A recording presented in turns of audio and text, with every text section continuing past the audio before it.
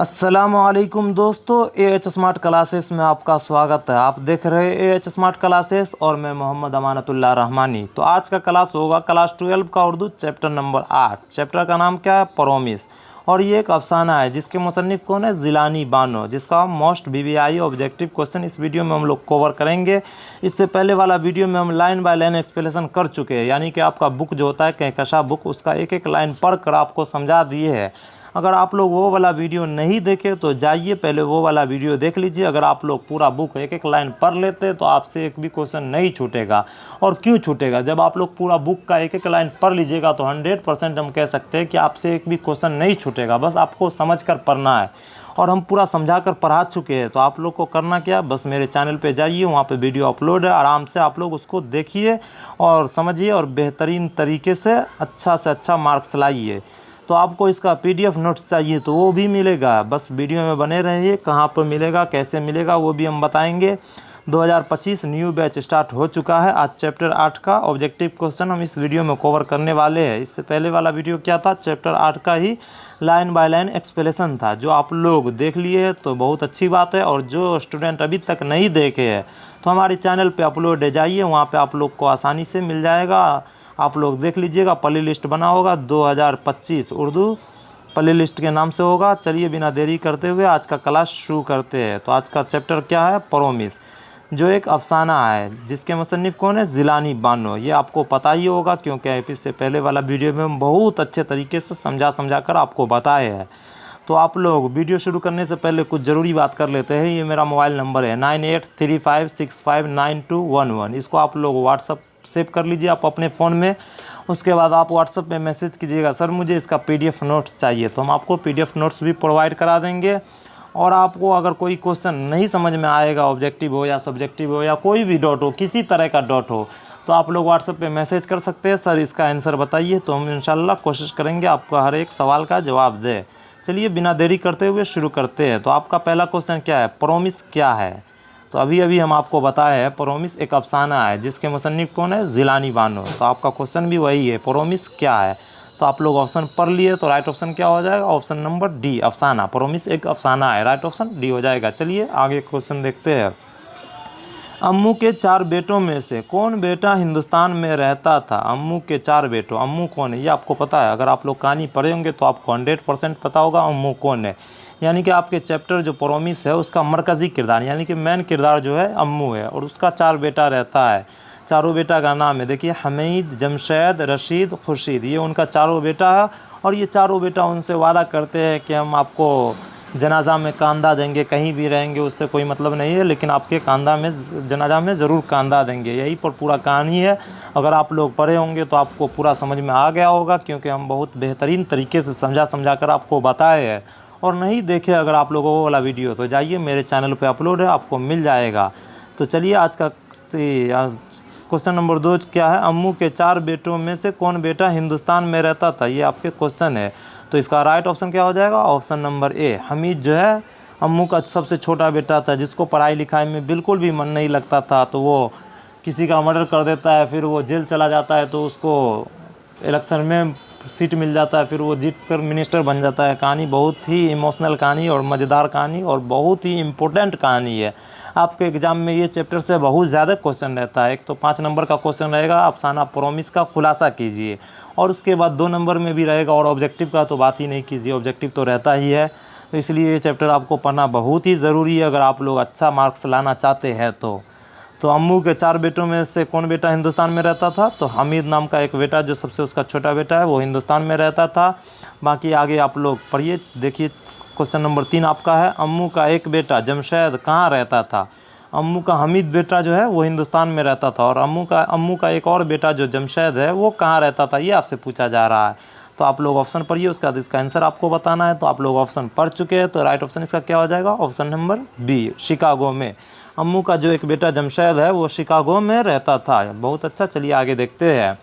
अम्मू को सूरह यासीन पढ़ने की तलकीन किसने की? हाँ, अगर आप लोग कहानी पढ़े होंगे तो आपको पता ही होगा। अम्मू जब बीमार थी तो उसको सूरह यासीन पढ़ने के लिए किसने कहा था? तलकीन मतलब किसने उसको सूरह यासीन पढ़ने के लिए कहा था? तो देखिए आप लोग ऑप्शन पढ़िए, उसका इसका आंसर आपको बताना है। तो राइट ऑप्शन क्या हो जाएगा? ऑप्शन नंबर सी, बड़ी बहू ने। अम्मू जब बीमार रहती है तो उसकी बड़ी बहू जो है वो बोलती है अम्मू आप सूरह यासीन पढ़िए। तो राइट ऑप्शन क्या हो जाएगा? Option number C. चलिए अगला क्वेश्चन करते हैं। अम्मू किस बीमारी में मुब्तला थी? अम्मू जो है वो किस बीमारी में मुब्तला थी? अम्मू कौन है? ये प्रॉमिस कहानी का मरकज़ी किरदार है, मेन किरदार अम्मू है। ये भी क्वेश्चन आपके एग्जाम में पूछा जाएगा। अफसाना प्रॉमिस का मरकज़ी किरदार कौन है? तो अम्मू में आप लोग को टिक करना है। तो आपका क्वेश्चन क्या है? अम्मू किस बीमारी में मुब्तला थी? तो आप लोग ऑप्शन पढ़िए, उसका इसका आंसर आपको बताना है। तो ऑप्शन पढ़ चुके हैं, तो राइट ऑप्शन क्या हो जाएगा? ऑप्शन नंबर ए, कैंसर के बीमारी में अम्मू मुब्तला थी।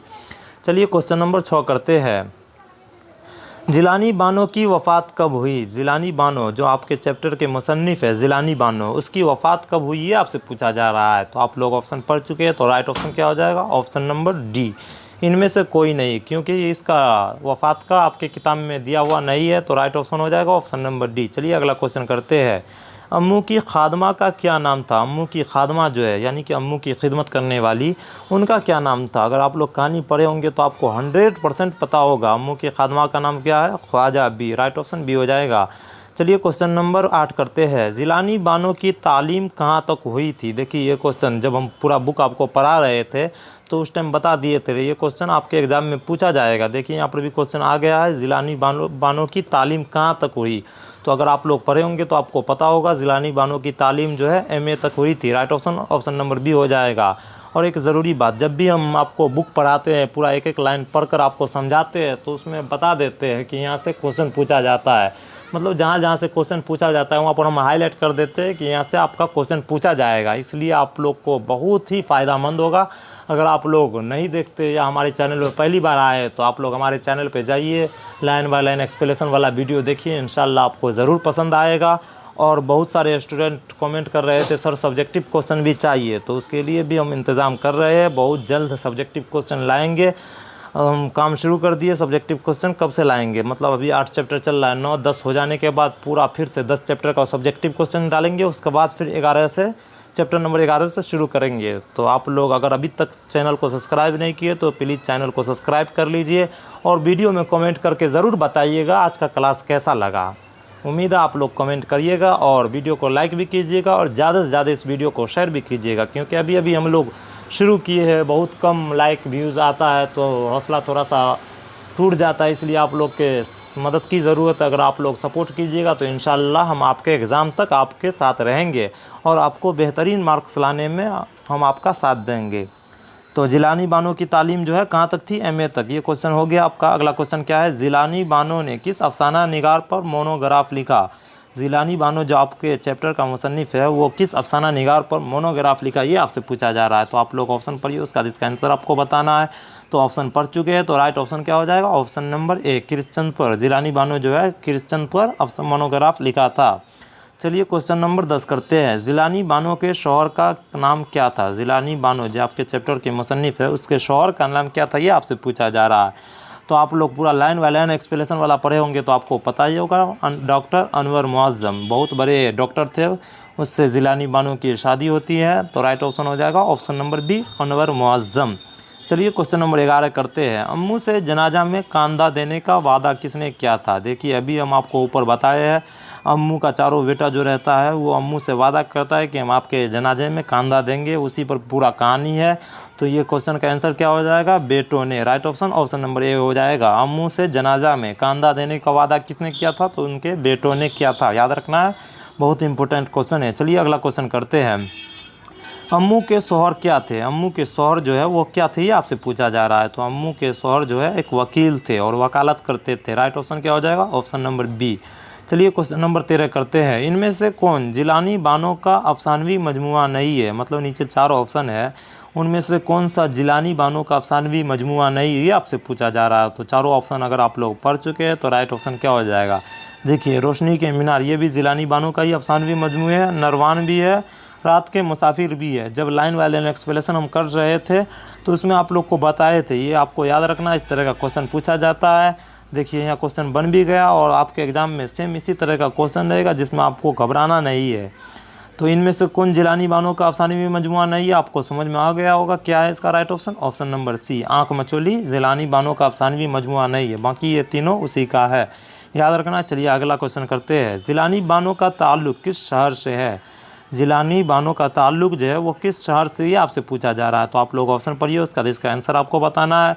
तो ऑप्शन पढ़ चुके हैं तो राइट ऑप्शन क्या हो जाएगा? ऑप्शन नंबर बी, हैदराबाद से जिलानी बानों का ताल्लुक़ है। चलिए क्वेश्चन नंबर 15 करते हैं। प्रोमिस किसका अफसाना है? देखिए आपका चैप्टर जो प्रोमिस है वो किसका अफसाना है, तो आपको अब 100% पता होगा क्योंकि उसी का भी जिक्र हो रहा है। तो किसका है? राइट ऑप्शन हो जाएगा option number A, Jilani Bano. चलिए क्वेश्चन नंबर 16 करते हैं। अफसाना प्रोमिस का मरकज़ी किरदार कौन है? देखिए क्वेश्चन हम अभी आपको ऊपर बता चुके हैं। अफसाना प्रोमिस का मरकज़ी किरदार अम्मू है, राइट ऑप्शन इसका ऑप्शन नंबर ए हो जाएगा। चलिए क्वेश्चन नंबर 17 की ओर चलते हैं। अफसाना प्रोमिस में कितने भाइयों का तज़किरा है? अफसाना प्रोमिस जो आपका चैप्टर है उसमें कितने भाइयों का जिक्र है, ये भी हम आपको बता दिए हैं। 4 भाइयों का जिक्र है, हमीद, जमशेद, रशीद, खुर्शीद। चारों भाई का नाम याद रखना आपको। क्या देखिए, हमीद, जमशेद, रशीद, खुर्शीद। आपके अगर चारों भाई का नाम याद रहेगा तो आपको सब्जेक्टिव क्वेश्चन लिखने में भी बहुत ज़्यादा मदद मिलेगा और सब्जेक्टिव क्वेश्चन भी इसका हम लाएंगे। बहुत ही इंपॉर्टेंट क्वेश्चन इसका 5 नंबर वाला होता है, अफसाना प्रोमिस का खुलासा कीजिए। हम वो वाला ज़रूर लाएंगे और आपको बहुत अच्छे तरीके से समझाएंगे। इसलिए अगर आप लोग अभी तक चैनल को सब्सक्राइब नहीं किए तो चैनल को सब्सक्राइब करके ही जाइएगा। तो अफसाना प्रोमिस में कितने भाइयों का तज़किरा किया गया? तो 4 भाइयों का, right option option number A हो जाएगा। चलिए क्वेश्चन नंबर 18 करते हैं। ईवान गज़ल किसका नाविल है? ईवान गज़ल जो है वो किसका नाविल है, ये आपसे पूछा जा रहा है। तो आपके ऑप्शन देख लीजिए, ऑप्शन के हिसाब से आपका क्या हो जाएगा right option, option number B हो जाएगा। ईवान गज़ल जो है जिलानी बानो का नाविल है। चलिए क्वेश्चन नंबर 19 करते हैं। जिलानी बानो की पैदाइश कहाँ हुई? देखिए ये भी हम कल बताए थे जब लाइन वाले एक्सप्लेनेशन कर रहे थे, तो आपको बताए थे जिलानी बानो की पैदाइश कब हुई थी? 1828 ईस्वी में। और कहाँ हुई थी? तो बदायूं में। बदायूं कहाँ है? उत्तर प्रदेश में, यूपी में, ये बताए थे। चलिए अगला क्वेश्चन करते हैं। क्वेश्चन नंबर 20 और आज का लास्ट क्वेश्चन है, जिलानी बानो की पैदाइश कब हुई थी? तो जिलानी बानो की पैदाइश जो है वो कब हुई थी? 1936 ईस्वी में हुई थी। सॉरी, हम आपको 1828 ईस्वी बता दिए थे। वो हुआ था कि आज हम क्लास 10th वाले को पढ़ा रहे थे तो उसी का हमको याद आ गया था। जिलानी बानो की पैदाइश कहाँ हुई थी? तो बदायूं में हुई थी। और कब हुई थी? तो 1936 ईस्वी में हुई थी, right option option number B हो जाएगा। तो आज का क्लास यहीं पर ख़त्म करते हैं। उम्मीद है आप लोग को आज का क्लास बहुत ही अच्छे तरीके से समझ में आया होगा। ये मेरा व्हाट्सअप नंबर आपको बता ही दिया। अगर आप लोग अभी तक नोट नहीं किए तो आप लोग इसको नोट कर लीजिए, आपके बहुत ही ज़्यादा काम आने वाला है। आपका अगला चैप्टर क्या है? भूले बिसरे गीत, जिसके मुसन्निफ़ शफ़ी जावेद है। इसका हम लाइन बाय लाइन एक्सप्लेनेशन पहले करेंगे, उसके बाद इसका ऑब्जेक्टिव लाएंगे। और जब 10 चैप्टर पूरा हो जाएगा तो फिर हम 10 चैप्टर का सब्जेक्टिव क्वेश्चन लाएंगे। एक दिन में 2-2 चैप्टर या 3-3 चैप्टर का वीडियो करके अपलोड कर देंगे। जल्दी से 10 चैप्टर का कंप्लीट हो जाएगा तो फिर हम 11 चैप्टर से शुरू करेंगे। इसलिए अगर अभी तक आप लोग चैनल को सब्सक्राइब नहीं किए तो प्लीज़ चैनल को सब्सक्राइब कर लीजिए और कमेंट करके ज़रूर बताइएगा। आप लोग अगर कमेंट करते हैं तो हमको भी समझ में आता हो कि मेरे मतलब हम जो पढ़ा रहे हैं उसको पढ़ने वाला कोई है। इसलिए आप लोग कमेंट करना मत भूलिएगा, प्लीज़ कमेंट ज़रूर कीजिएगा। चलिए मिलते हैं अगले वीडियो में। अस्सलाम वालेकुम।